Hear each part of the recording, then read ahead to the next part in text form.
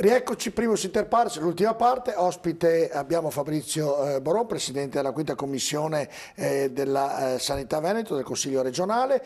Abbiamo parlato di tante cose, dell'ospedale, dei vaccini, dell'azienda Zero, abbiamo parlato del nuovo ospedale che sorgerà a Padova, abbiamo parlato dei tempi di attesa. Adesso andiamo a vedere, all'inizio della trasmissione, se ricordate, abbiamo detto le USL in Veneto che sono state ridotte a 9, così ve le facciamo rivedere e conoscere anche voi, magari per chi non ne fosse a conoscenza. Vediamo il servizio.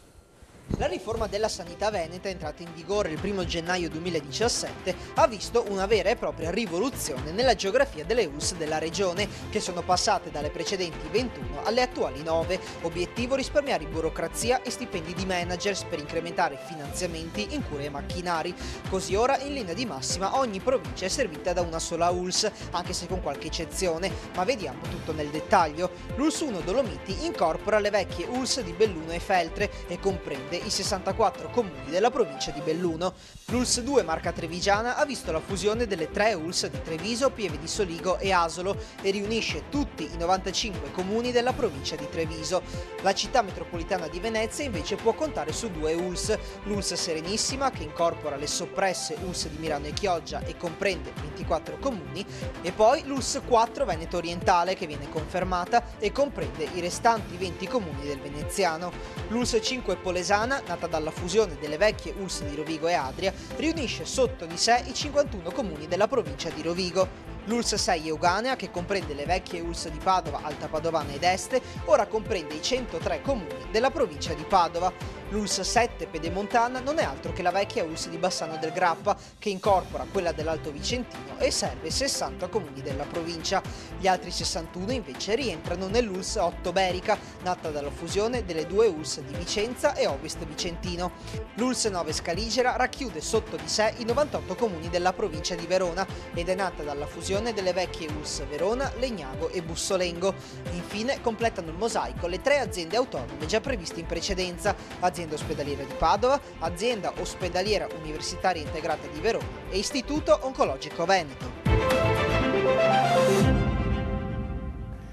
Da 21 a 9 abbiamo ridotte, abbiamo viste tutte. Davvero quella di Padova, ne parlavamo durante il servizio, è quella che ha maggior comuni che coinvolgono l'USL, e quindi è una bella macchina questa, Fabrizio Boron. È una macchina grandissima.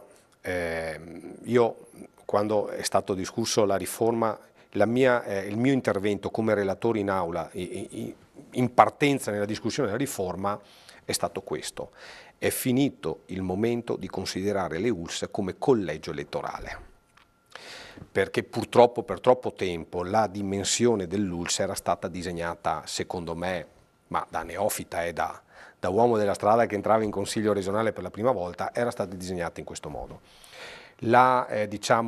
Secondo me la lungimiranza, la forza e la determinazione del Presidente Zaia, perché il progetto di legge era stato depositato in campagna elettorale del Presidente Zaia, è importante, perché gli effetti si vedranno ovviamente nel corso di qualche anno, perché è una macchina grossissima da organizzare. Ad esempio l'ULSS 6 Euganea, cioè quella padovana, è la più grande del Veneto. Stiamo parlando di una struttura di quasi circa 1 miliardo e 700 milioni di euro di bilancio, migliaia e migliaia di dipendenti, 5 ospedali no spoke, una grande macchina. Poi sono state fatte, rispetto al progetto originario che era 6, una per provincia, anzi 7, scusi, una per provincia, ne sono state fatte 2 in più, che è la Pedemontana, cioè la fascia che va da Bassano fino all'altopiano di Asiago, e il Veneto Orientale, che è la riviera turistica che fa Caole, Bibione, certo, ecco, Jesolo, giù di là. Perché? Perché quando siamo andati a vedere i dati ovviamente di affluenza, dobbiamo considerare 2 cose: la specificità della parte pedemontana, che va da Bassano fino a Asiago, è una specificità particolare di difficoltà organizzativa, e la parte del Veneto orientale, che ovviamente ha decine di milioni di turisti in un periodo molto ristretto dell'anno, perché lo sappiamo. Quindi aveva necessità pensiamo che se avessimo fatto l'ULSS veneziana unita avremmo avuto non solo un ULSS da 800-900 mila abitanti, ma avremmo avuto addirittura, se non sbaglio, fra Venezia città e la Riviera qualcosa come oltre 30 milioni di turisti, quindi è molto difficile da gestire. È stata fatta questa scelta di questa riorganizzazione, quindi riducendo anche sedie, la quale riorganizzazione deve influire in maniera, come dicevo prima, diretta ed efficace sulla parte amministrativa burocratica. Siamo partiti da un'analisi fatta dall'Università Ca' Foscari, non quindi da un politico, perché potrebbe essere considerato di parte, proprio perché la sanità non è né di destra né di sinistra, né di sopra né di sotto, ma è di tutti i cittadini. Siamo partiti da un'analisi della Ca' Foscari, dove si diceva che la dimensione dell'ULSS, cioè la proporzionalità in aumento alla dimensione dell'ULSS, dà una riduzione proporzionale dei costi amministrativi. Ad esempio, in ambito padovano, in quel momento lì si calcolava una quota per abitante che nel caso padovano, essendo quasi di 1 milione di abitanti, incide per 20 milioni di euro. La considerazione è tutta qui. Prendendo il fatto che mettendo assieme alcune organizzazioni amministrative come la gestione del personale, la gestione degli uffici tecnici, dell'ufficio gare appalti, della gestione del contenzioso, si riescono a fare economie di scala particolari e si riesce oltretutto a fare delle gare centralizzate che portano a dei risparmi, si è partiti con un dato che si parla fra i 70 e i 90 milioni di euro di risparmio anno.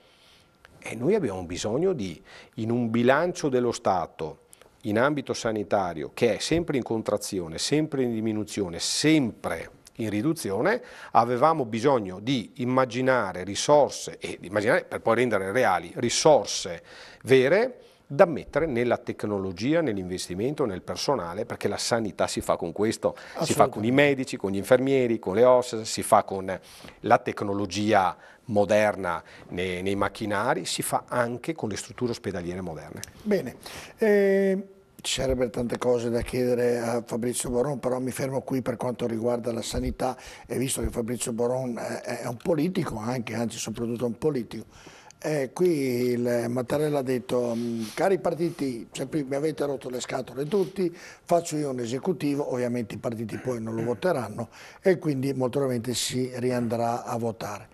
Cosa mi dice Fabrizio Boron di questo? È una fase difficile. Poi qui di chi era colpa? Della Lega, del 5 Stelle, di Berlusconi, del PD? Ne mettiamo uno sopra l'altro, tanto certo. Per i Fratelli d'Italia, li dico tutti così non mi dimentico nessuno. Guardi, è una fase difficile, no? È una fase ovviamente che parte forse da un presupposto... Che voglio ricordare ai nostri, che rispecchia il popolo italiano, perché quando sento per strada che mi dicono la politica siamo noi, quindi rispecchia il popolo italiano, certo, prego. Certo, perché ognuno riceve un voto, no? Quindi, sì, poi che qualcuno magari è spinto a votare per quello o per quell'altro, ci può stare, però siamo noi che decidiamo il futuro dell'Italia. Forse immaginabile, sulla base della legge elettorale che c'è, no? Ci si poteva immaginare che questa tripolarità portasse a un dato di stallo. È anche vero però che noi dobbiamo far conto di quello che poi è l'oggettività del 4 di marzo, cioè cosa è uscito dalle urne. Alle urne è uscita una coalizione di centrodestra che ha avuto la maggioranza. Però le spiego, anzi non le spiego, le chiedo, non è tanto che Salvini e Berlusconi vadino d'accordo, anche ieri sentivo le dichiarazioni, ieri sera, oggi è mercoledì, insomma, non è che c'è qualche... dall'inizio della prima uscita di fronte ai giornalisti, quando il Berlusconi faceva i segnali che diceva sì, sei tu che parli a Salvini, però sono sempre io che tiro le fila, è una cosa che mi avrebbe fatto innervosire, non so, presumo abbia fatto innervosire anche lei, e quindi il rapporto idilliaco tra Salvini e Berlusconi non c'è mai stato, quindi unire due forze che sono sicuramente del centrodestra, però che non vanno d'accordo, prima o dopo si ripercuote nel dirigere un popolo e un paese come l'Italia. No, ma guardi, a parte la condizione, mi permetto di fare un filo logico solo per capire perché l'incarico non debba essere dato a Salvini, no? Cioè, in fin dei conti c'è una coalizione di centrodestra che ha preso più voti, ha preso il 37%, poi c'è un gruppo che è quello del Movimento 5 Stelle che ha preso il 32% e poi c'è la parte del centro-sinistra con il PD che ha preso molto meno. Quando ci fu un'elezione nel 2013 la situazione era uguale. Nel 2013 il centro-sinistra non era maggioranza e fu dato l'incarico a Bersani che poi fallì nell'incarico. Quindi mi chiedo perché oggi non è stato dato l'incarico a Salvini, anche se io confido fino all'ultimo momento. È cambiato quel periodo a quello di oggi, è cambiato completamente, non è più lo stesso anche Presidente. No, di vita, dico, ho capito cosa ha detto lei nel rapporto di quando è stato dato l'incarico a Bersani, non era proprio così, era abbastanza simile, però era un periodo diverso dalla politica italiana. Ma forse avrebbe avuto più giustificazione a quel tempo con una crisi difficile, no? E con una questione internazionale che premeva, europea che premeva sull'Italia, il fatto di dire a quel tempo là non ci sono i numeri, andiamo direttamente con un governo tecnico, invece ci fu fatto il tentativo. E io ritengo che per rispetto al voto ai cittadini anche questa volta si sarebbe dovuto fare e mi auguro che lo faccia prima alla fine. Dare l'incarico a Matteo Salvini e ovviamente in grado di fare il governo lo fa, se non è in grado di farlo il giorno dopo ripropone il governo tecnico. Questo non riesco a capirlo perché... il Presidente del Senato che è del centrodestra, voglio dire... Ho capito, ma anche a quel tempo fu fatto così. Sì, cioè io non riesco, e guardi, mille spiegazioni possono darmi, però secondo me oggettivamente io non riesco a capire perché la scelta oggi è diversa. E se domani, faccio esempio, si trova Salvini, va nel tavolo in diretta streaming, sto scherzando, però quella volta fu così, tra Salvini e Di Maio e non trovano l'accordo, salta come è saltato in quel periodo, voglio dire. Certo. Però, è inutile fare anche questa volta quel tiritera lì. Insomma. Però posso dirle, adesso per carità, noi non siamo nella testa di Salvini, nella testa di Di Maio, nella testa di Berlusconi, non siamo nella testa loro che sappiamo e ovviamente abbiamo le sensazioni di tutto quello che è l'ambiente in questo momento, ormai da 2 mesi a questa parte. Quindi facciamo sempre considerazioni con una certa anche distanza, no? Soprattutto guardando i giornali, guardando l'informazione per quello che sono le notizie che arrivano. Però io parto da un fatto e dico, perché non si è dato o non si debba dare, perché ritengo ci sia ancora lo spazio, l'incarico a Matteo Salvini, che su tutto quello che abbiamo visto, uno spazio, seppur minimo, ma uno spazio di raggiungere forse una maggioranza, magari, voglio dire, nel momento in cui i grillini davano la possibilità di appoggio, doveva essere responsabilità di Salvini, poi parlare con i propri alleati e in questo momento la confusione che si è però in questo momento la confusione che si è creata con tutto il processo fatto, mi scusi, ma è stata creata un po' da tutto il meccanismo di questo rituale di prima ci sono state le convocazioni prima, poi il giro del Senato, della Presidente del Senato, poi il giro del Presidente della Camera, poi l'incarico di andare verso centrodestra, poi di vedere verso centrosinistra, adesso un altro giro di consultazioni. Cioè, questa cosa qui secondo me deve essere risolta in maniera veloce molto prima, in maniera anche decisiva e decisionale, cioè il fatto di dire voi siete la coalizione di centrodestra e avete avuto più voti tutti. L'incarico do Salvini. Se non sei in grado di fare il governo, c'è una possibilità, ma se non sei in grado di farlo, ti do tempo, io proporrò il governo tecnico. A quel momento là, in quel momento lì, poi il problema sarebbe stato diverso, no? Sarebbe stato forse anche più spinto e avrebbe messo anche all'angolo magari il centrodestra. Però nella situazione che si è creata di grande confusione, determinata in maniera particolare, mi scusi, ma da 2 forni, no? Che mi sembrava quasi una trattativa di vecchia memoria, io insomma che ricordo ancora del passato, ma di vecchia memoria, e non ha dato sicuramente una grande immagine del contesto grillino che dimostra di essere il nuovo o vuole essere il nuovo. Di Maio dice io con la Lega vado perfettamente d'accordo, poi dice perché nel mio DNA, se è vero quello, io riporto quello che dice, c'è un giudicato che è Berlusconi e non lo voglio nel governo, però se viene Salvini io con Salvini vado d'accordo e se domani lo vuole fare io con lui sono disponibile. È ovvio che Salvini non può tradire Berlusconi perché Salvini ha vinto. Esatto, ma c'è anche un patto elettorale, no? Salvini poi, oltre che un patto elettorale, è un patto di voti, perché il partito che ha preso di più è il Movimento 5 Stelle, è indiscutibile questo. Però Di Maio dice io vado con Salvini perché con Salvini abbiamo il modo o troveranno la situazione o la soluzione giusta per cambiare il paese perché sono tutti e 2 nuovi. Se riprendiamo Berlusconi abbiamo Sì, ma... il solito ambaradan. Certo. Poi mi ha stupito quando invece Di Maio dice la stessa cosa con il PD. Ma è questo stato e il dico, ma se prende, mi scusi poi la lascio, sì. se prende il PD che ha governato prima e l'ha contestato in maniera ampia finché c'era, ritorniamo a un governo vecchio, va bene che se trova l'accordo col PD il Presidente avrebbe fatto Di Maio. Cioè non riesco a capire questi passaggi che mi lasciano... No, ma è questo che a me ha lasciato un po', no, l'amaro in bocca, il fatto di un movimento che si chiama nuovo alla rivoluzione, quindi al cambiamento, e che fa la cosa che secondo me nessuno avrebbe mai fatto e nessuno sicuramente deve fare, che è il fatto, dato incontrovertibile il 4 di marzo, il centro-sinistra, in particolar modo il PD, ha avuto una lezione dal popolo italiano, no? I cittadini hanno detto, voi avete governato male, via. Bene. Ma scusi, io che ho preso tanti voti e che ho avuto il merito al popolo italiano di dire ti voglio vedere che vai a governare, vado in cerca di fare l'alleanza con coloro che il popolo ha bocciato, lo riporto al governo. Questa è stata la fase più brutta che io ho vissuto di questi 2 mesi, irrispettosa dei cittadini. Bene, però siccome poi bisogna essere puntuali, razionali, oggettivi e dire questo Paese ha bisogno di un governo per risolvere problemi molto pesanti, guardi, gliene dico uno dei problemi che secondo me se non risolvono fra 6 mesi, 1 anno al massimo, vedremo le aziende in grandissima difficoltà. Hanno introdotto in questo Paese lo split payment, cioè ovvero il fatto che quando c'è lavoro con amministrazione pubblica non incassi l'IVA.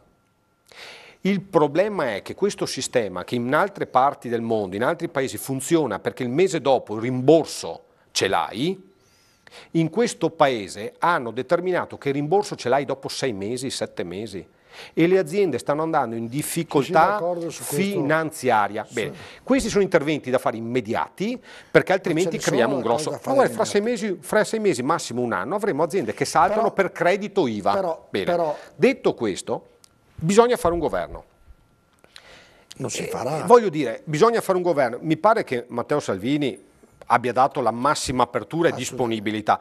Siccome il nocciolo del contendere è il no di Di Maio da una parte e il no di Berlusconi dall'altra, se non c'è un passo indietro, un passo di lato, come lo vogliamo dire, di queste due figure, lo sapremo, domani lo sapremo, ma se non c'è questo, guardi, l'unica cosa che rimane è il voto, a quel punto là il popolo faccia chiarezza. Si va al voto, io dico il prossimo, perché più o meno non cambieranno molto le percentuali, che aumenterà di 1 punto, chi perderà di 1 punto, io credo che il prossimo governo sia Movimento 5 Stelle con la Lega.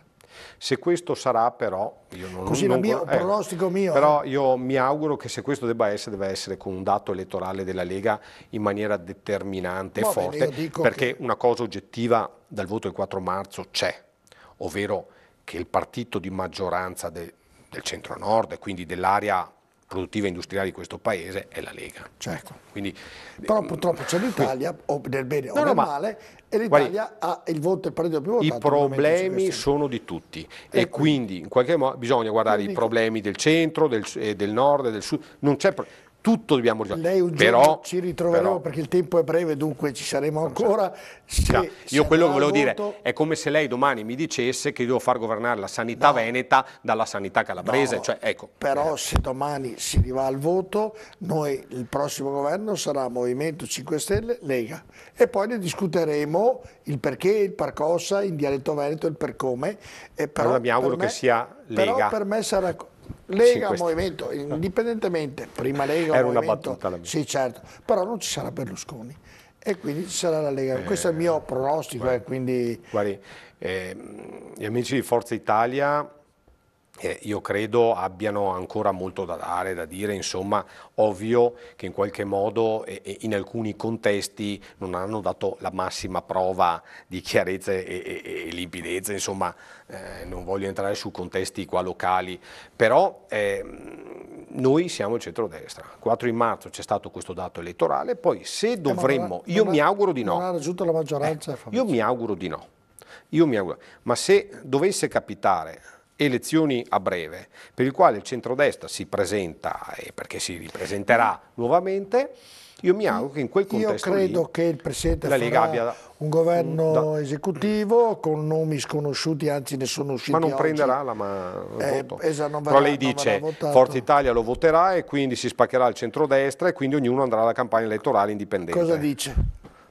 È uno scenario possibile. In politica purtroppo è tutto possibile. Guardi, è difficile una cosa, dare programmazione su questo, in questo momento, dire cosa può avvenire, perché secondo me anche i leader, in particolar modo Matteo Salvini, in questo momento sono lì che guardano giorno per giorno gli umori, lui li ha chiamati signor no, ecco gli umori, perché a questo punto siamo arrivati a questo. Vabbè, staremo a vedere, a giorni, domani, dopodomani sapremo tutto quello che accadrà. E siamo arrivati alla conclusione che di questa puntata di Primus Inter Pares, davvero puntata interessante per quanto riguarda la sanità nel Veneto. Speriamo di aver fatto comprendere ai cittadini come sta funzionando e quanto bene sta funzionando la sanità veneta. Ovviamente abbiamo sentito Fabrizio Barò che ci sono ancora spazi per migliorarla, speriamo sia fatto in maniera rapida e veloce per ovviamente la soddisfazione e l'utilità che dovrà cogliere il cittadino veneto. Grazie Fabrizio Barò di essere stato con noi questa sera, davvero grazie a voi, buona serata. E ringrazio, saluto oltre che ringraziare Barò i nostri telespettatori dandovi appuntamento a mercoledì prossimo con un'altra puntata di Primus Inter Pares. Buonanotte.